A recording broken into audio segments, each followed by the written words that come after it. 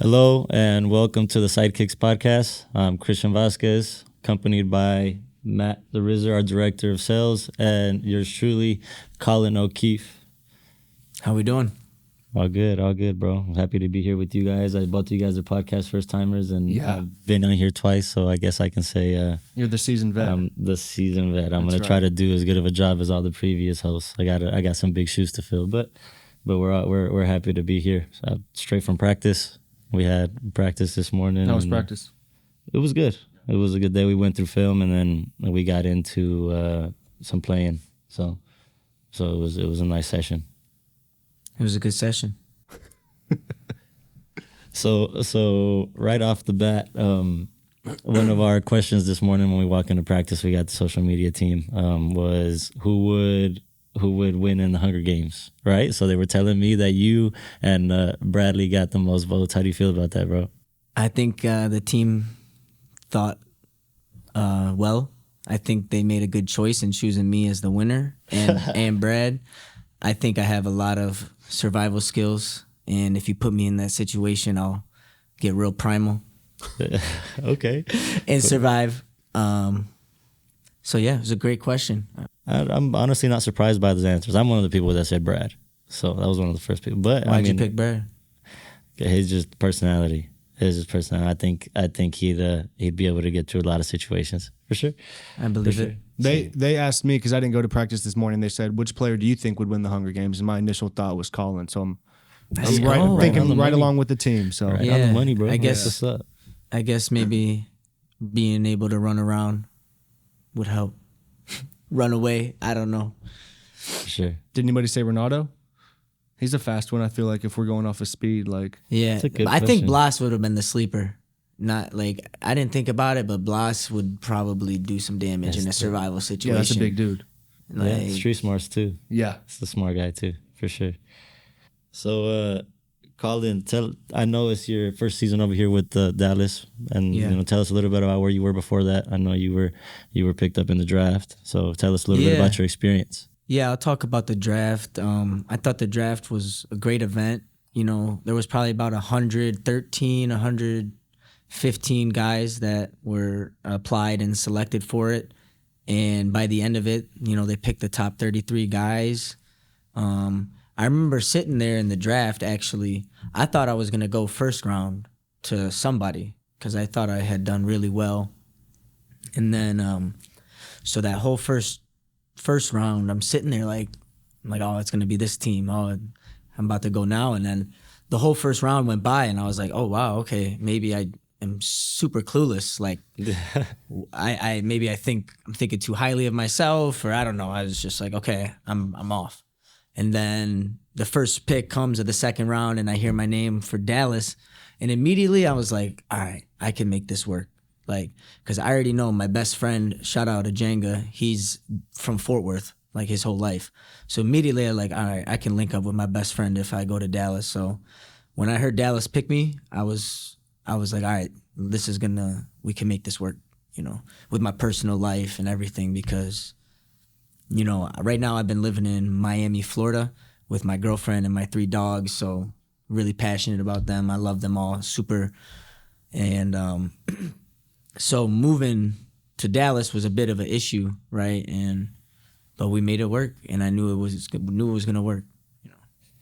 How have you taken the transition, kind of moving over here, and then still having to get in with the team, whole group of new guys, new coaching staff, and all that?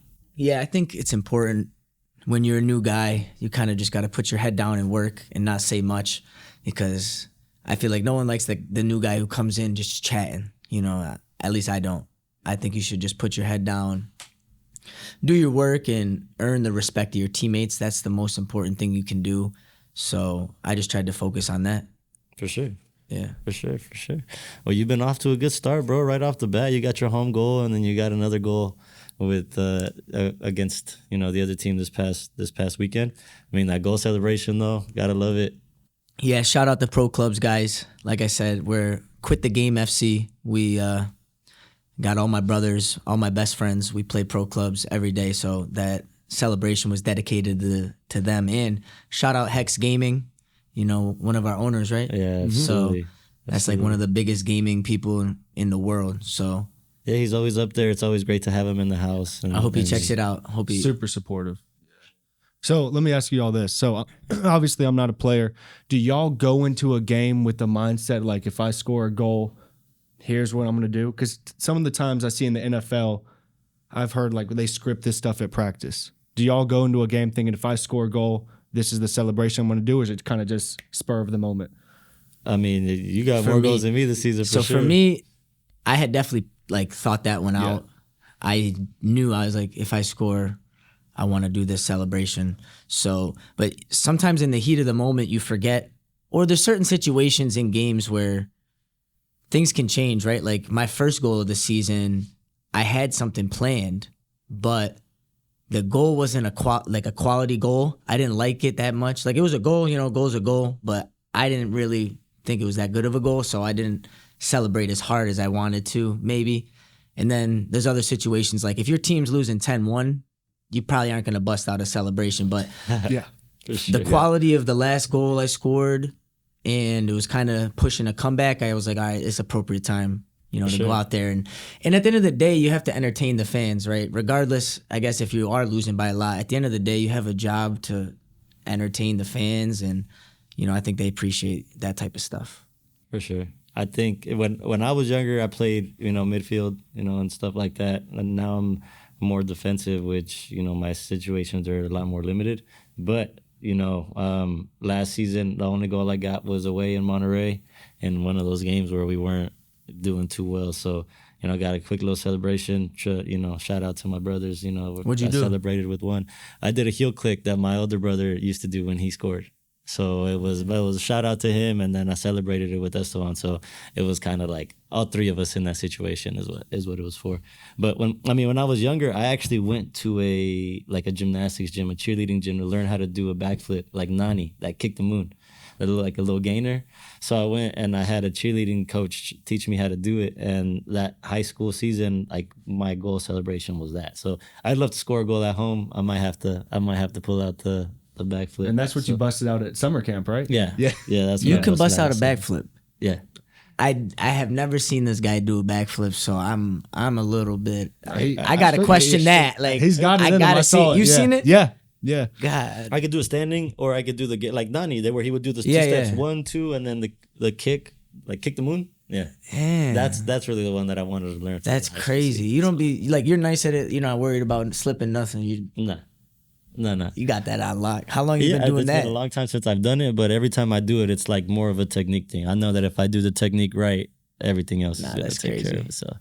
So I mean, that as far as that, you're happy to score a goal at any moment, and the celebration is at that point sometimes even winging it, like Colin said. So it just depends on the situation. I'll take a goal home or away. I know Colin will too. So yeah, I think every soccer player loves to score goals. You always hear this question. People will ask someone like if I ask you right now, would you rather have the game-winning goal or the game-winning assist? I'm a player that growing up would love the assist. I would love the assist. I had a coach that would tell me that they were just as important as the goals. And as a midfield player, you grow fond of setting teammates up on a plate. Okay, and what about you? Game-winning goal, game-winning assist? So I grew up playing basketball. So my mindset is give me the game-winning bucket. Yeah. Right, that's what I'm saying. But I also see his point of view. You can't get the bucket unless you get the assist, right? Sure. Yeah, but it's like, for me too, I'm picking goal all the time, right? Celebration, like, bro. It sounds nice. Like, you're the hero. Why not? Yeah, like you're the man for that moment. You know what I mean? So I think everyone wants to get that goal, even if they say assist. It's like, come on, bro. You want to get that goal, man. That's just how I feel. Speaking of goals, that goal that David Teixeira scored at practice this morning.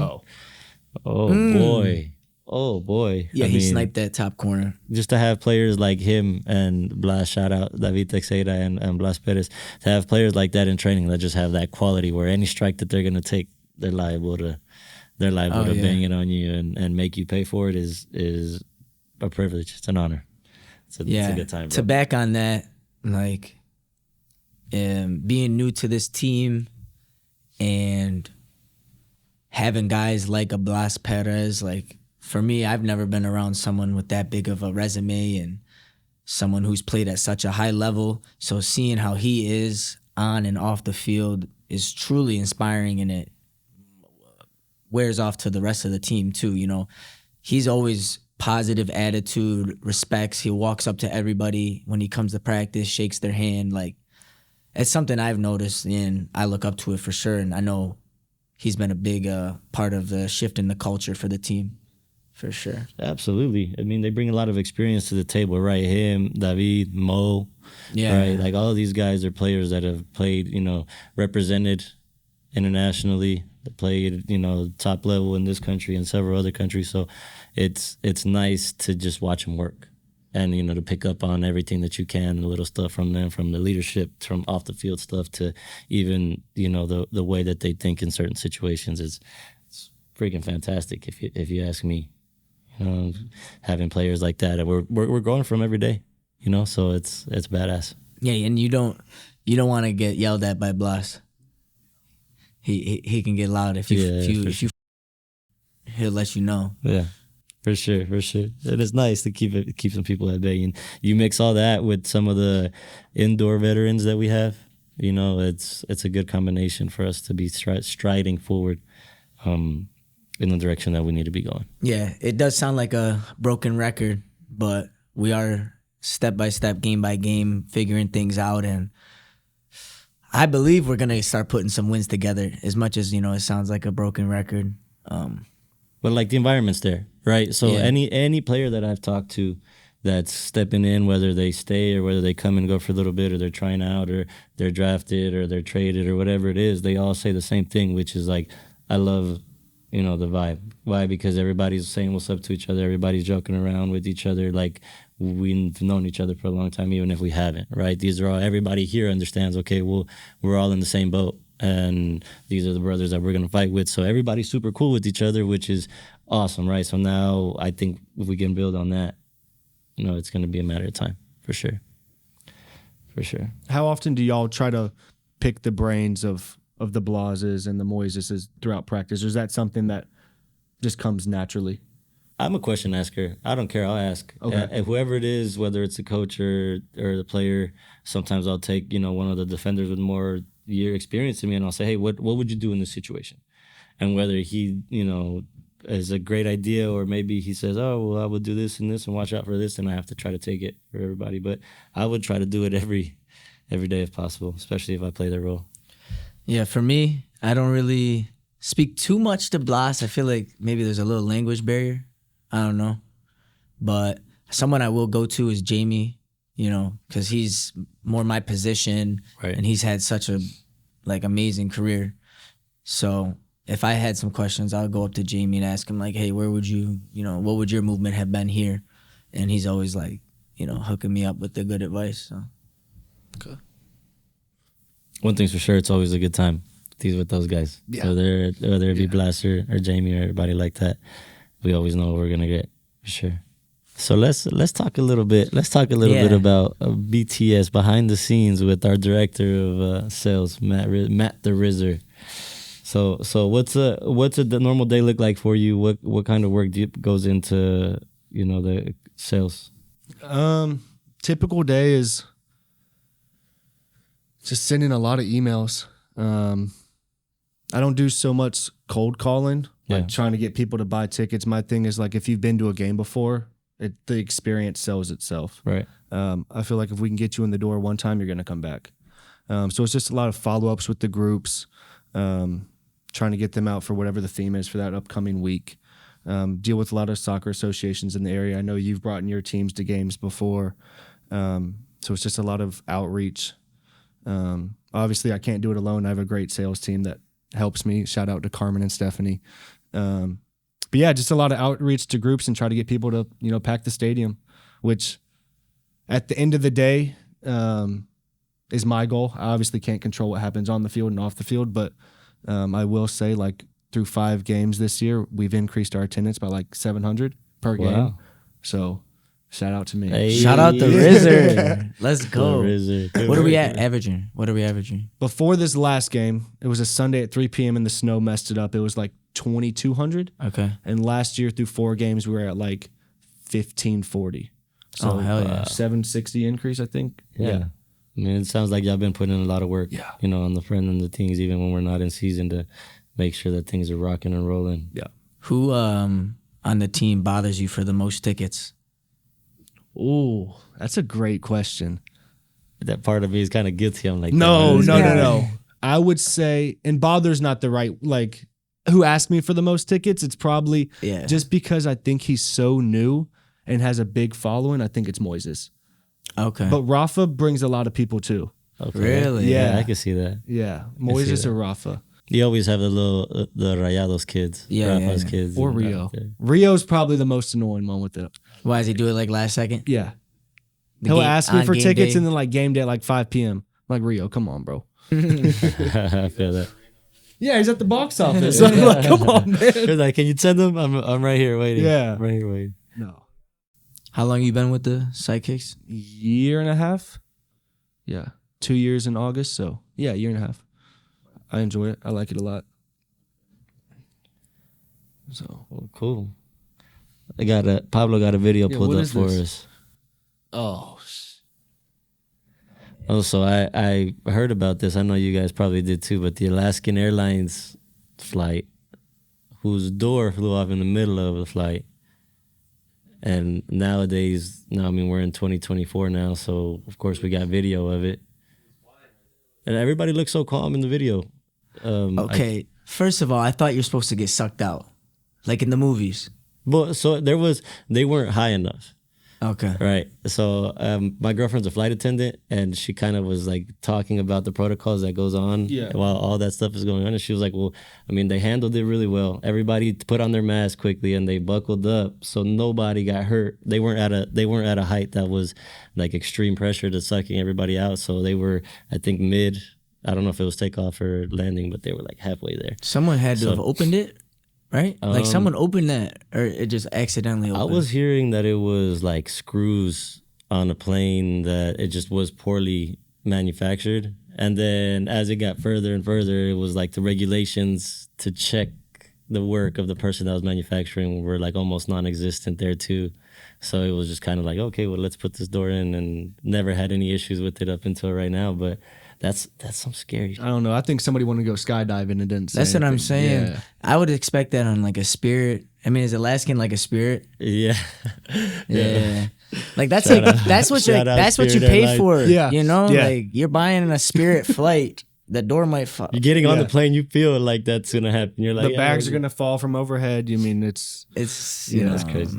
But I think I heard that they, like, the passengers on this plane were compensated like $1,500 for this happening. That's worth it though. Yeah, I think so. I'll take it. I mean, Hey, it's, sorry it's for this Alaskan. traumatizing experience. Some of y'all probably thought y'all were gonna die, but But here's here's only $1,500 to yeah. make you feel better. To come back and buy another flight with us. Yeah. Yeah, that's. So I mean, speaking of that, they just had Society of the Snow come out on Netflix. Have you guys seen that? No, I did. I haven't. That Sweet. is insane. It's about it's like in the 1970s, maybe like 1972. It was a football or rugby team from Uruguay that was flying over the Andes Mountains, the Cordillera, to try to get to play a game in Chile, and the plane wrecked. And it's about the survivor group, and like they were all they were in the middle of the mountain, the Andes Mountains, and all it is snow and rock, and they ended up surviving for 2 months, like 70 days. Yeah, They were eating yeah. the dead people, like the people They who had to, passed. They I had mean, to. They had to resort to Yeah. yeah. Do you remember the one guy at Yerma? He was the one that was writing. He was the narrator. Numa. Numa. That's Numa, it. yeah. Why wasn't he eating?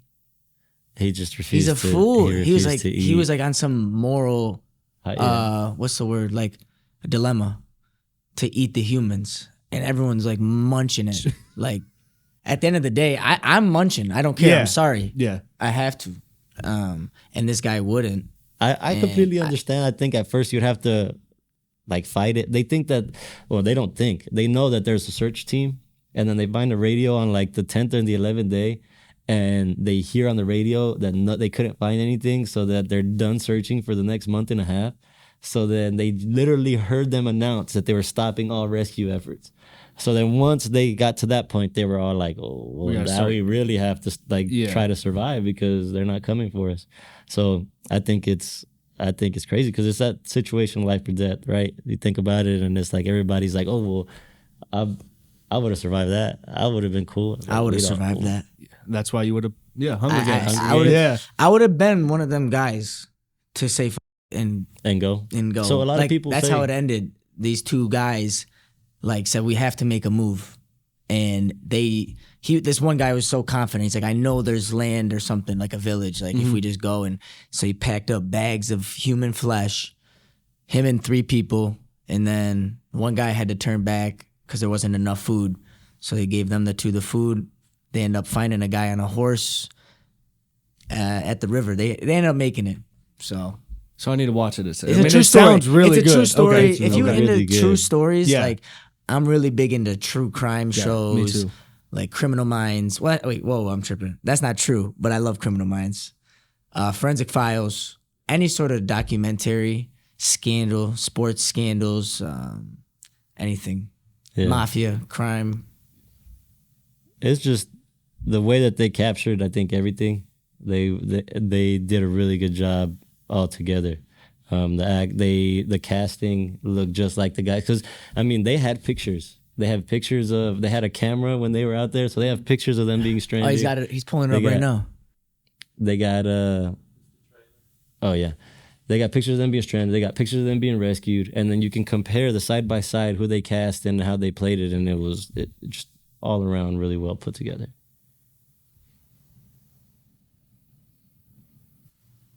I forgot something I just watched. It's called Dr. Death. It's this guy, and he would he was a spine surgeon, and he would purposefully paralyze people or make their condition way worse to have them keep coming back, and eventually they would die. And he kept getting away with it, and he would just go from hospital to hospital because there was some loophole in the law. Mm-hmm. I think it might have been no way. Yeah. Dr. Death. Oh, I've seen that guy too. That guy on the third one. That doctor was a doctor. He was a super highly respected doctor. Plano, right? Yeah. Plano. Damn, Dr. Death was from Plano. That's crazy because DFW is so big, and there's so many things that have gone down here that you don't really think about it. Like that cartel shooting in South Lake, right? Years ago, a guy was with his family, got just shot up. It turns out that he was witness protection from the cartel. He was a cartel accountant.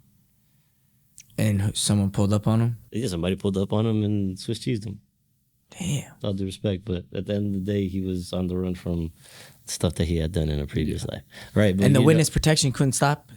He had been watched for months. They knew where he was at. They knew what he was doing. They were watching him for months. They caught him in the moment with his wife, and then they didn't even hurt her.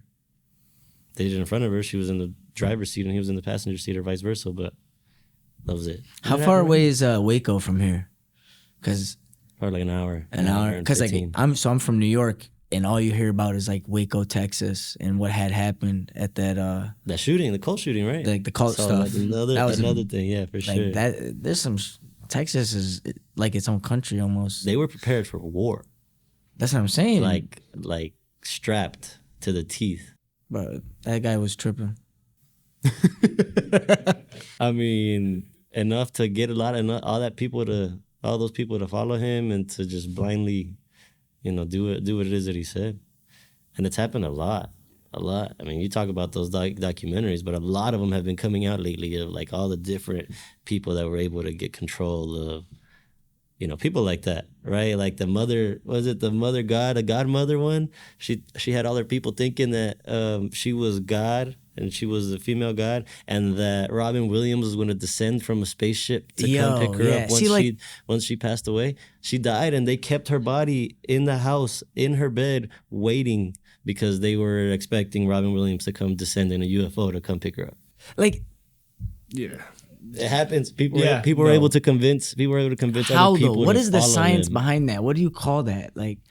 how you can just literally manipulate someone to believe straight garbage.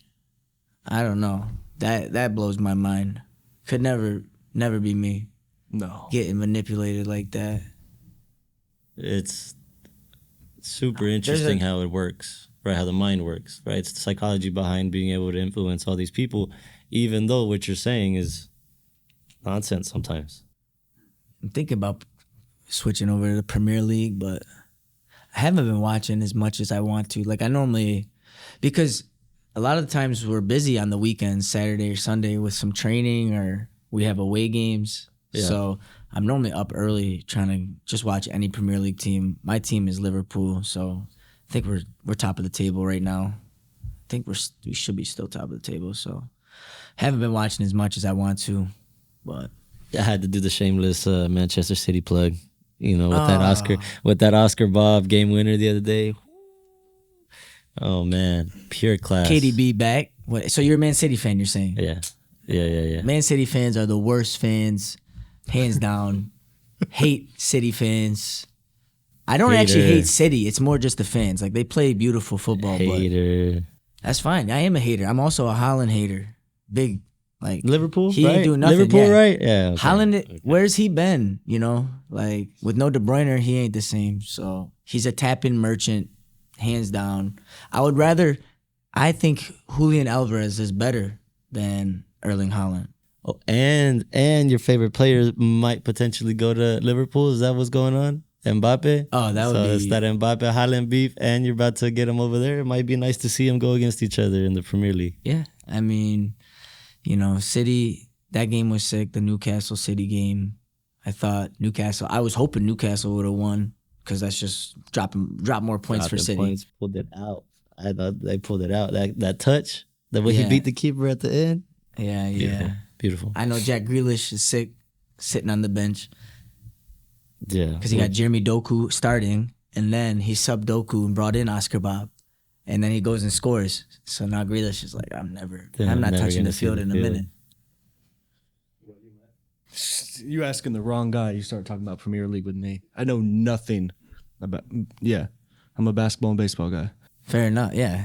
What are your teams in those respective sports then? NBA, it's the Charlotte Hornets from North Carolina. So I got to support Charlotte. Right. Okay. We don't. I mean, they're horrible. I know it. Does Jordan still own them? No, he just sold them. He sold majority stake, right? Yeah, he sold him, and he's the worst owner. It's crazy how that happens. Like, I think he's the best basketball player ever. Was it just like careless? Did he flip it for a profit? Yeah. Oh yeah, he made it. Yeah, he made a pretty dime off of it. So then he did his thing. Well, I mean, he came in the ownership, and then they obviously did like Jordan branding and all that stuff. Yeah. So he made money in a lot of different ways. And now you see the college jerseys have some Jordan sponsorship. Obviously, UNC. Oregon, even football, right? Yeah. Or I guess Oregon's Nike, but yeah. So imagine that, greatest basketball player ever, worst owner of all time. That's worst on the owner record of all time. Right now. Time of death. Worst owner of all time, any sport. And then sorry, Michael. His brand, right? It's the whole Jordan market. Yeah.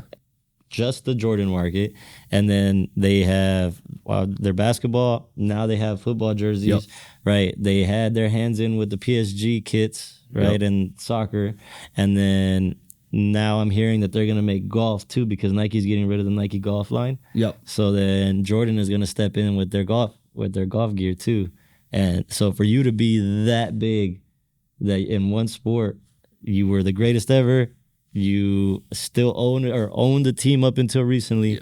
Your brand is encompassing lots of organizations, and then it branches out outside of the sport. It's like, okay, well, how many other sports do you want them to get into before?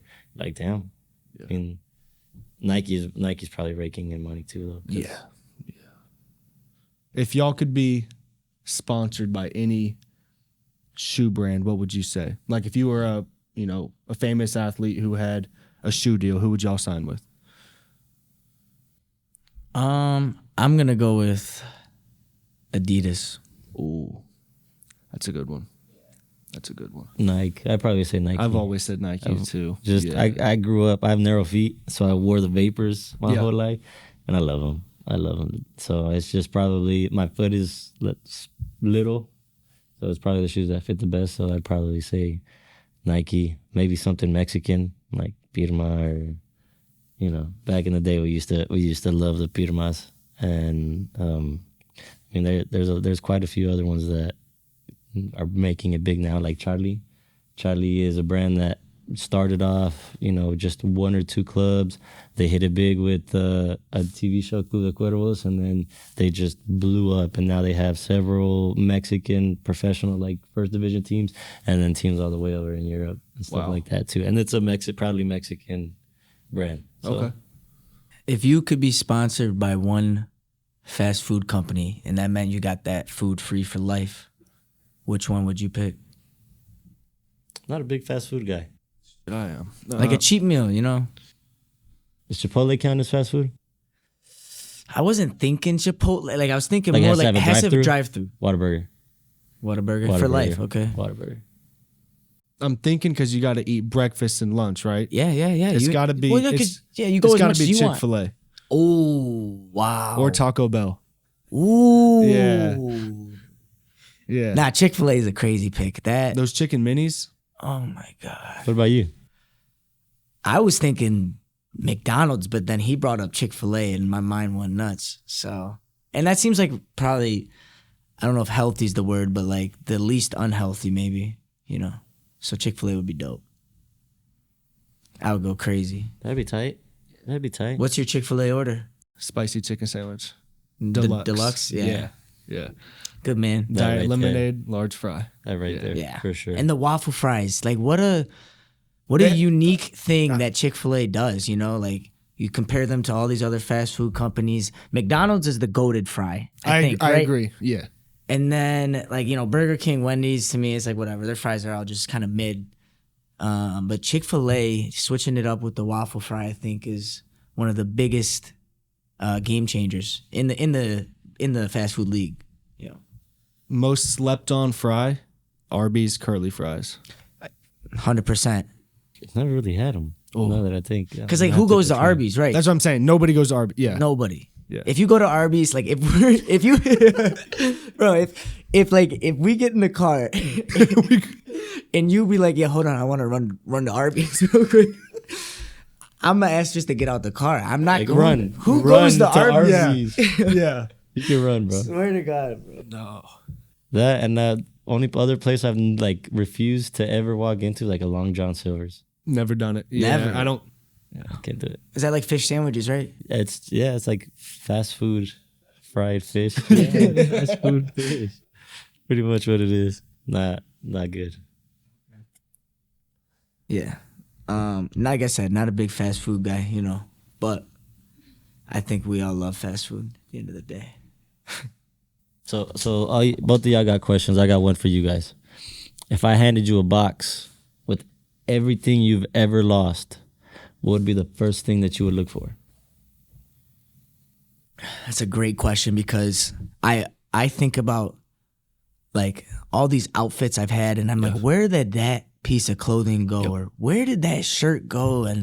But you're saying anything. Like now I gotta think. You got to think deep on this one. Yeah.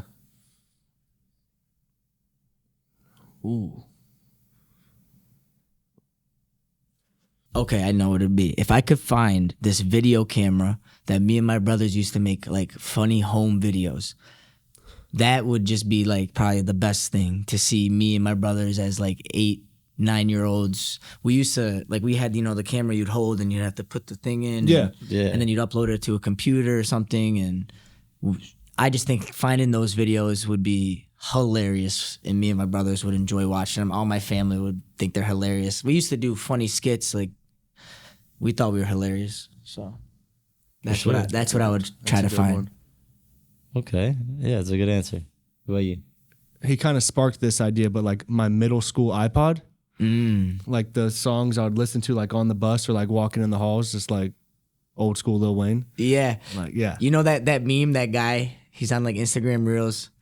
And he's like, he makes all these videos, and he's like, me at the bus stop, 7 a.m. Oh, yeah, I know. Like I know what singing you're talking about. the hardest Lil Wayne lyrics. Yeah. Yeah. Yeah, middle school. that was you. Yeah, LimeWire. That's what got. LimeWire. You know about LimeWire? Yeah, of course. Yeah. FrostWire. Right. Yeah. There's the other one.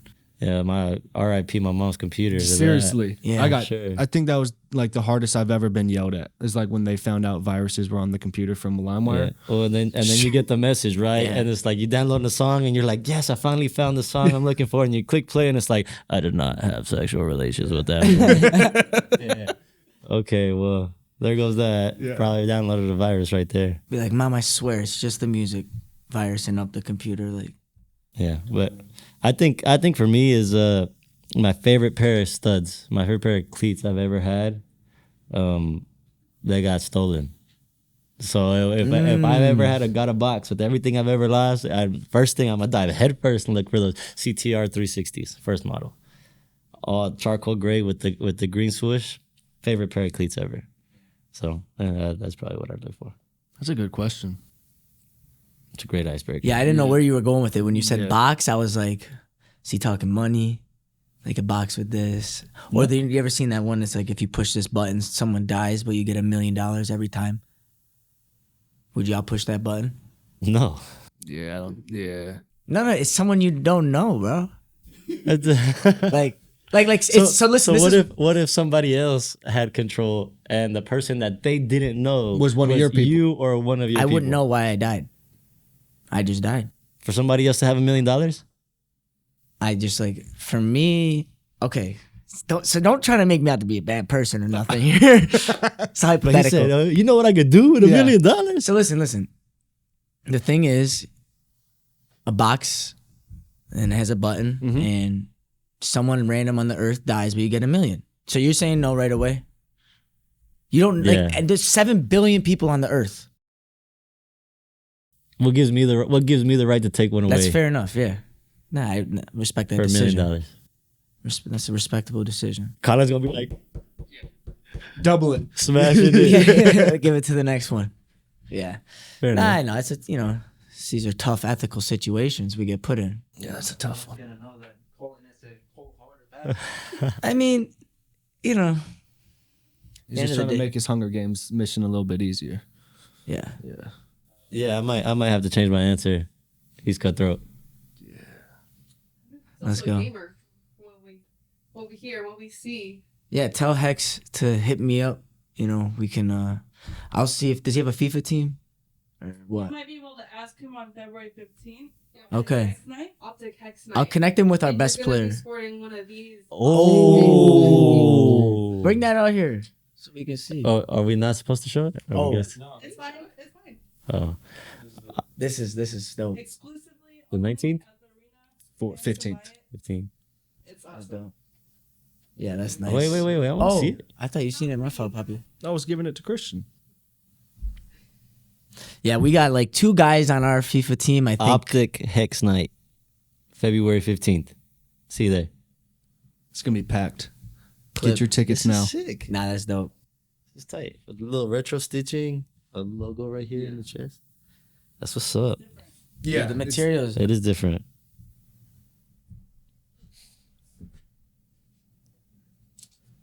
Let's see what else we got to talk about.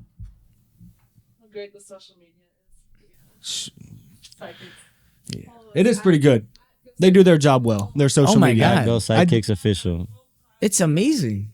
We do have a really good Oh, photography. shout out to Yeah. Pablo and Tony. The entire front office is like you feel like a pro when you come here. Not to bash any other teams, but like when you come to Dallas, we might not be winning every game, but they take care of you. They make you feel like a professional. So That's good to hear. We hear that a lot. That sure. from like the top down, it's nothing but professionalism within the organization. So we like hearing that. Yeah, for sure. I mean, you take care of us. Pablo and Tony killing it with their documentary style recording of everything that we've had going on. It took me a little bit to get used to it. I know a few other people are probably struggling with it too, but Yeah. it's nice to see that. It's nice to see y'all every day Yeah. out there getting the stuff going on, getting the not so going on also. So, I got to appreciate y'all keeping us humble. Got you, bro. trying to think of a good question.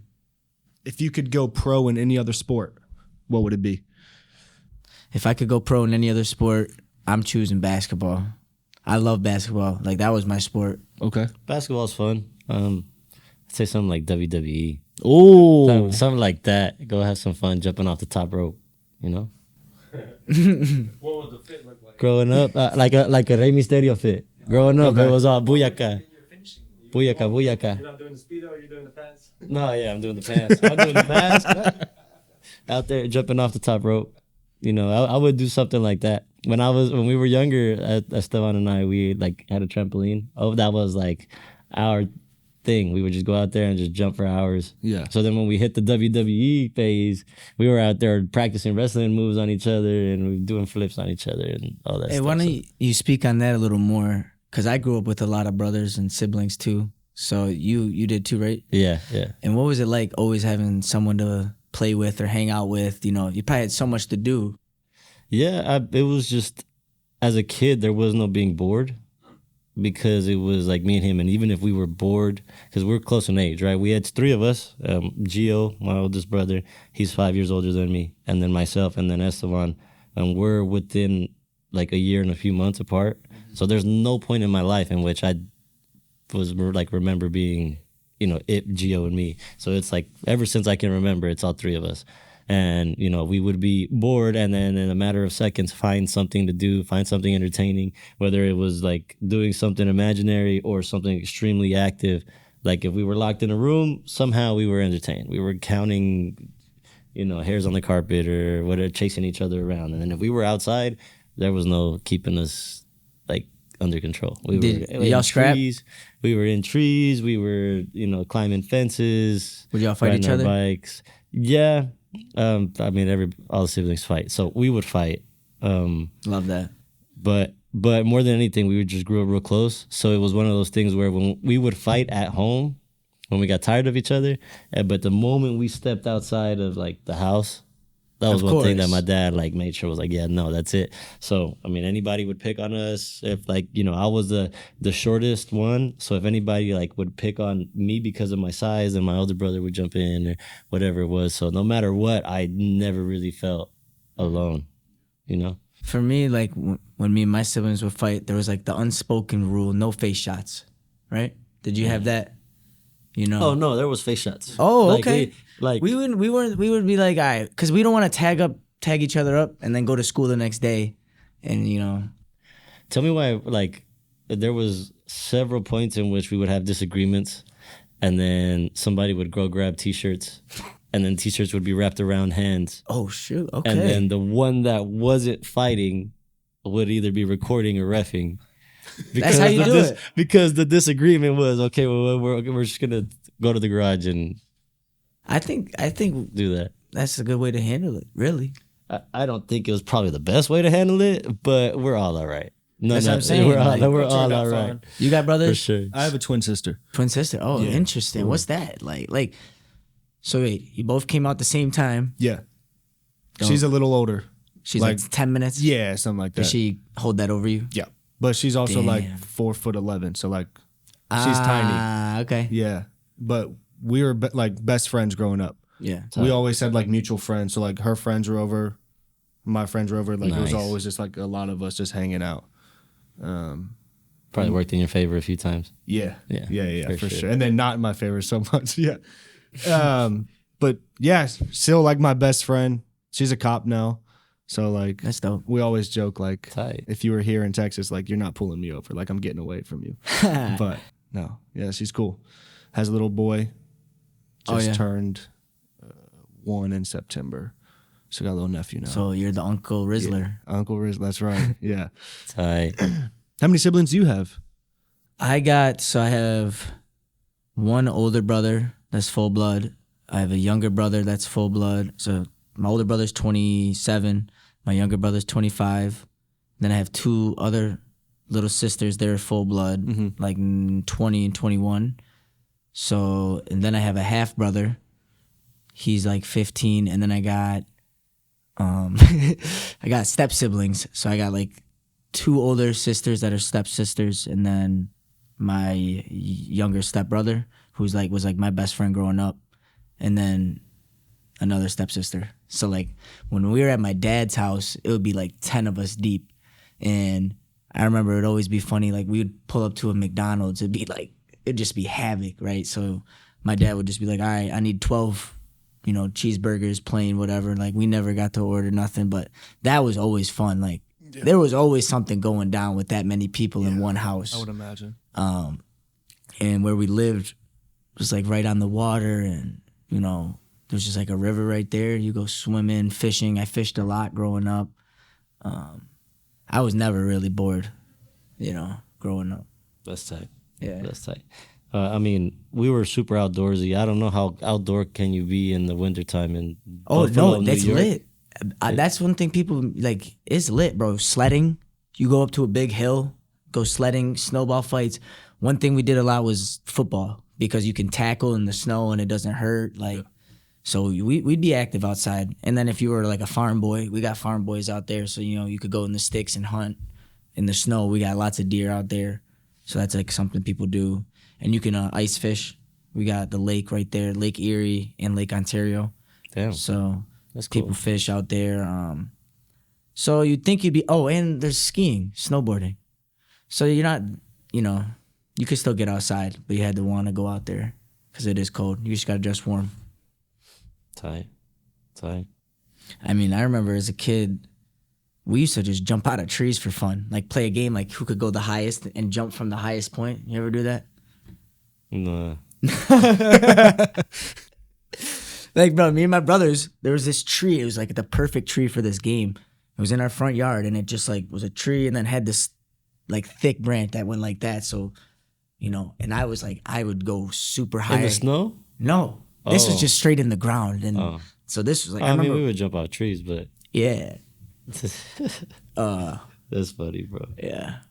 Yeah, growing up was fun. All right, guys. So I thought, this was good. I had fun. My boy Chino here. My boy Rizler. So thank you for everyone who watched. Don't forget to like, comment, subscribe. Shout out to Sidekicks. We got our next home game when? February 3rd. February 3rd. Hex Gaming Night. Shout out Hex. Yeah. Thank you. Peace.